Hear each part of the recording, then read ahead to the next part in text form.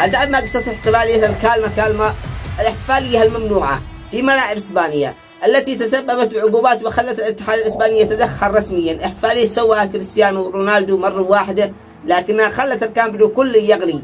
الكل يعرف كريستيانو، ثقته وكبرياءه وطريقة رده على المستفزين.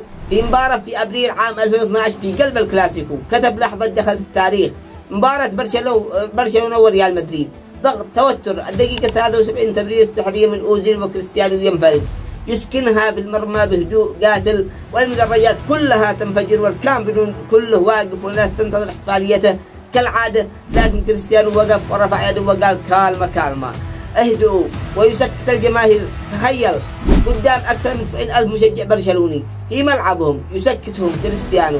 كانت لحظة جنونية بكل ما تحملت من معنى، والمدرج اشتعل غضبا والجماهير فقدت أعصابها، والشتائم والصراخ وحتى حالة ما بين التوتر والانفعال. بعدها بأيام قليلة الإسلام الفريق الإسبانية خرج بتصريح رسمي قال فيه: أي لاعب يكرر هذه الاحتفالية سيعاقب. وفي نهاية المقطع يا حبايب القلب، إذا عجبكم المقطع اعملوا لايك واشتركوا في القناة عشان نصل أول 1000 مشترك في القناة.